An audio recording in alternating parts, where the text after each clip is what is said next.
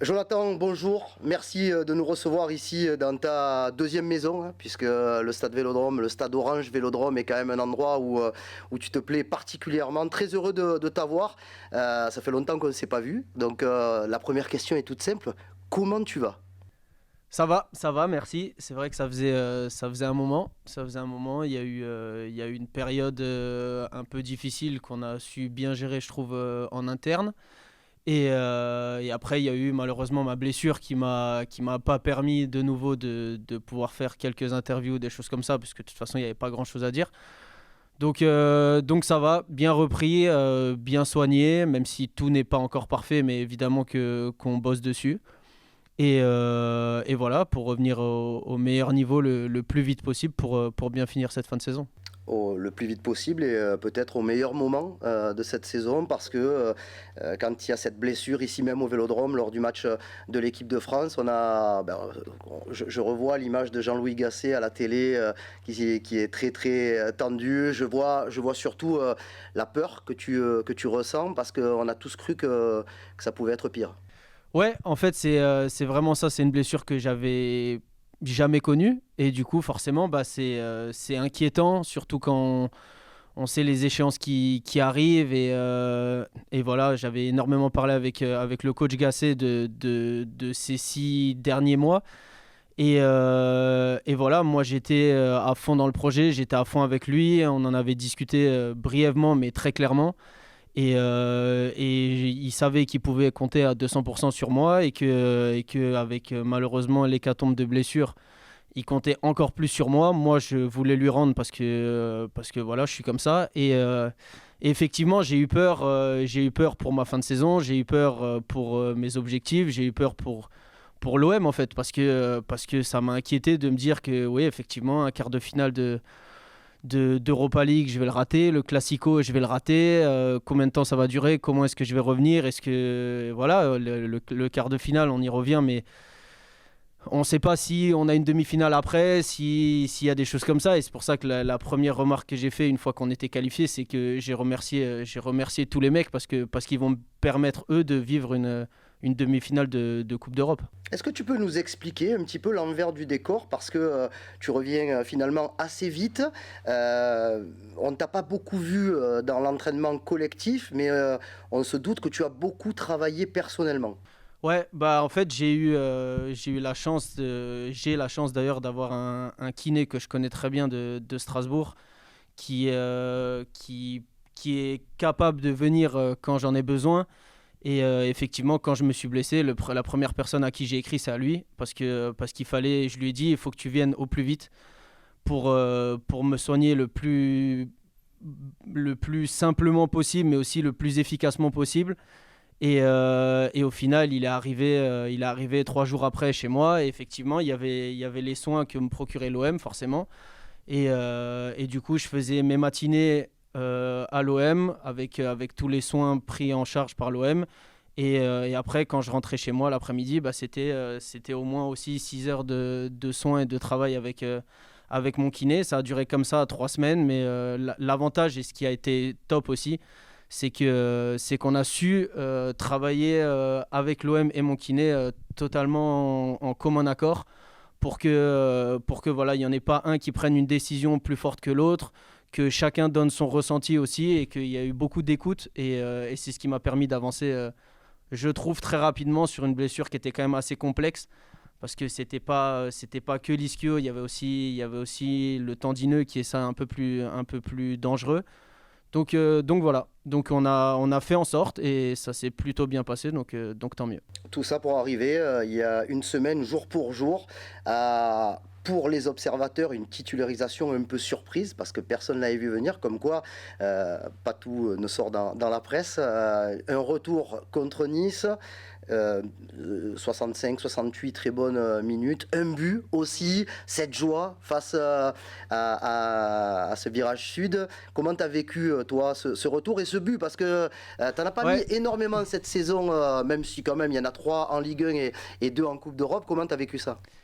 bah, la titularisation, on en a parlé avec le coach le matin. Moi, je m'attendais à jouer comme un retour de joueur une demi-heure à la rigueur.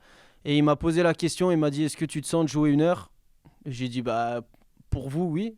Voilà, ça a été très clair. Je savais pas ce que ça allait donner, mais à partir du moment où moi j'avais décidé que je revenais dans le groupe, je savais que j'étais à la disposition du coach et que peu importe le temps de jeu qu'il allait me donner, j'allais le faire. Donc on en a parlé, ça a duré 2 minutes. Et j'ai dit ok, bah, ça me va parce que de toute façon, si vous en avez besoin, moi je suis là. Et après, effectivement, bah, forcément, le fait de marquer en plus très vite, le premier but au Vélodrome, ouais, c'était un soulagement presque parce que j'avais jamais marqué ici. Et forcément, il y a des émotions qui viennent que même si j'ai marqué avec l'OM en Coupe d'Europe ou à l'extérieur, c'est pas pareil. Donc ouais, voilà pourquoi cette célébration un peu plus exubérante que les autres, mais parce que c'est la fierté tout simplement. Je reviens sur cette relation que tu sembles avoir avec ton coach, même s'il n'est pas là depuis très longtemps, puisqu'il est arrivé à la mi-février. On a l'impression vraiment que ça match. Je pense il doit bien te driver dans une direction et toi, tu as juste envie de lui rendre tout ça. Ouais, Quoi. bah déjà au-delà du coach, il y a la personne que je respecte énormément, mais comme je respecte tout le monde, mais il y a le respect de l'âge aussi.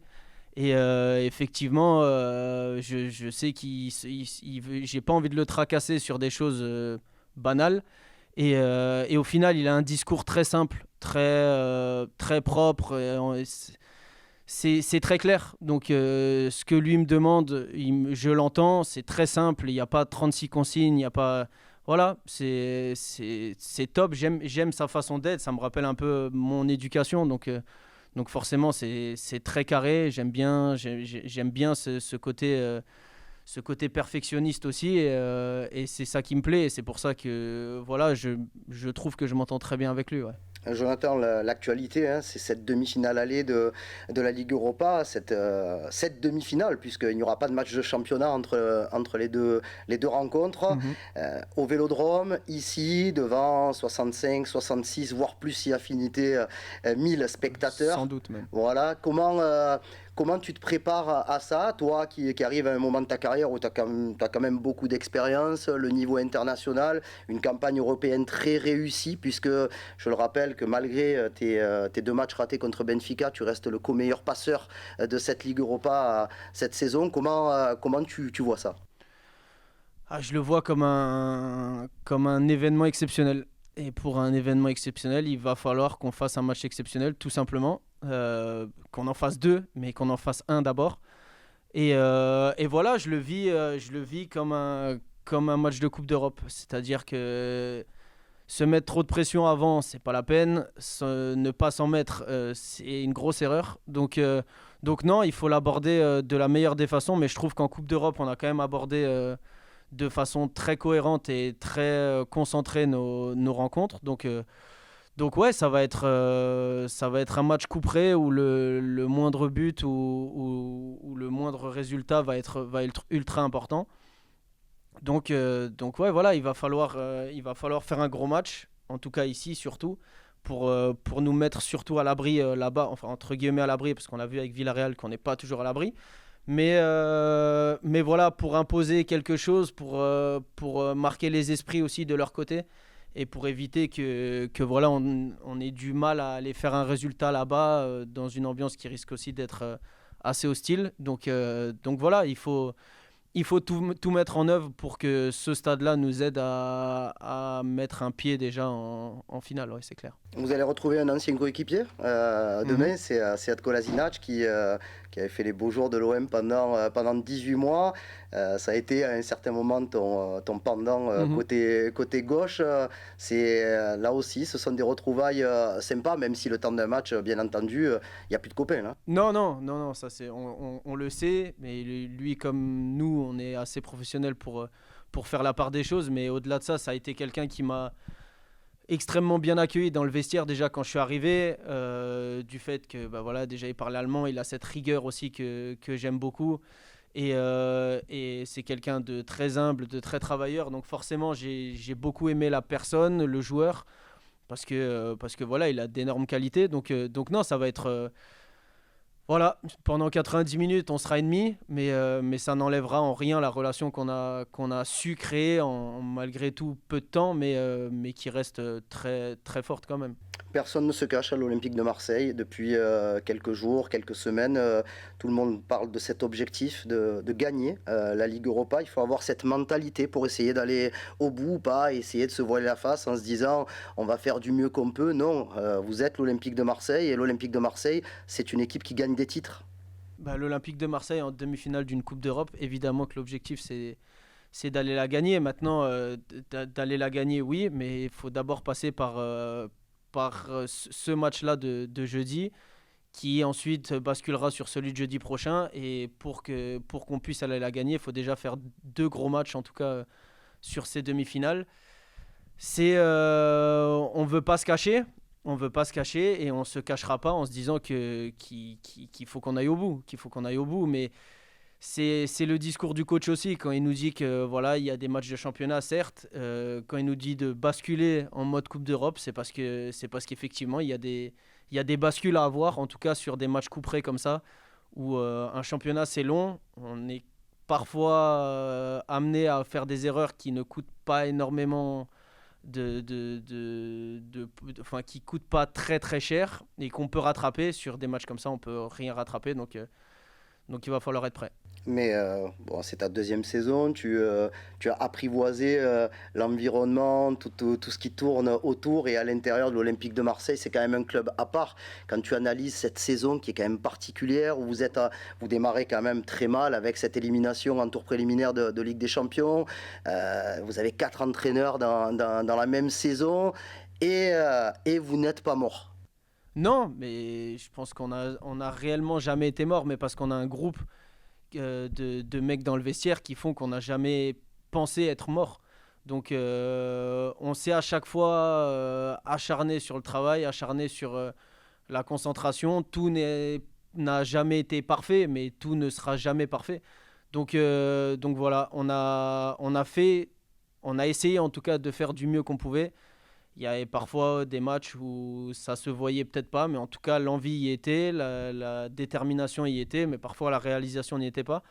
Mais c'est ça aussi qui fait cette force aujourd'hui dans notre vestiaire. C'est que personne ne se cache, encore une fois, on se dit les choses, on est capable de se dire les choses. Il n'y en a aucun qui fait la gueule parce qu'on le critique ou parce qu'on on se dit les choses en face et que chacun accepte la critique de l'autre tout en balayant devant sa porte de chacun. Mais voilà, on a un groupe de mecs qui sont francs et la franchise, ça crève des abcès. Et aujourd'hui, c'est ce qui nous a amené aujourd'hui en demi-finale de Coupe d'Europe. On a parlé des objectifs de Jonathan Klaus avec l'Olympique de Marseille, qui soit d'abord collectif, puis individuel. Et il y a ce grand objectif aussi de disputer l'Euro avec l'équipe de France. On se souvient, hein, malheureusement, on ne veut pas raviver les mauvais souvenirs, mais bon, tu as raté la Coupe du Monde au Qatar. Je croise les doigts, tu n'as jamais été aussi proche de disputer une grosse compétition internationale. Ouais, j'ai jamais été aussi proche et pourtant je suis encore loin. Parce qu'on a l'impression que l'Euro c'est dans un mois, que l'Euro c'est là, demain. Et pourtant il y a encore beaucoup d'échéances avant, et dont cette demi-finale qui va être ultra importante. Bien sûr que tout le monde pense à cet été, mais moi mon employeur c'est l'OM, et dans ces cas-là, et ben, le premier objectif que je dois remplir, c'est l'OM. Et donc je suis totalement focalisé dessus. Et au-delà de cette demi-finale, il y a une place en Europe à accrocher en championnat. Donc voilà, on a l'impression que ça va être fini dans 3 semaines et que ça arrive déjà au bout. Et pourtant, on a encore beaucoup de chemin à faire avant d'arriver au bout. Ouais, et de toute façon, si tu es revenu en équipe de France, c'était lié à tes performances dans Hmm. ton club. Ouais, bah, bien sûr, forcément.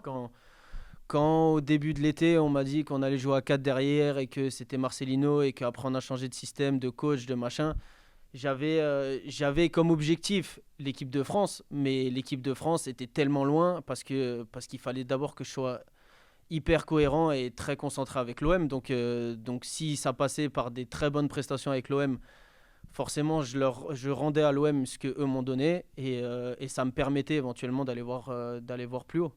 Pour terminer, un petit message peut-être pour les supporters de l'Olympique de Marseille qui seront des milliers au stade, des millions à la radio pour nous et à la télé pour beaucoup, pour vous soutenir dans ces dernières semaines. Ouais, bah après, un mot, déjà, le mot c'est merci parce que toute la saison, ça a été difficile et pour nous et pour eux, je pense.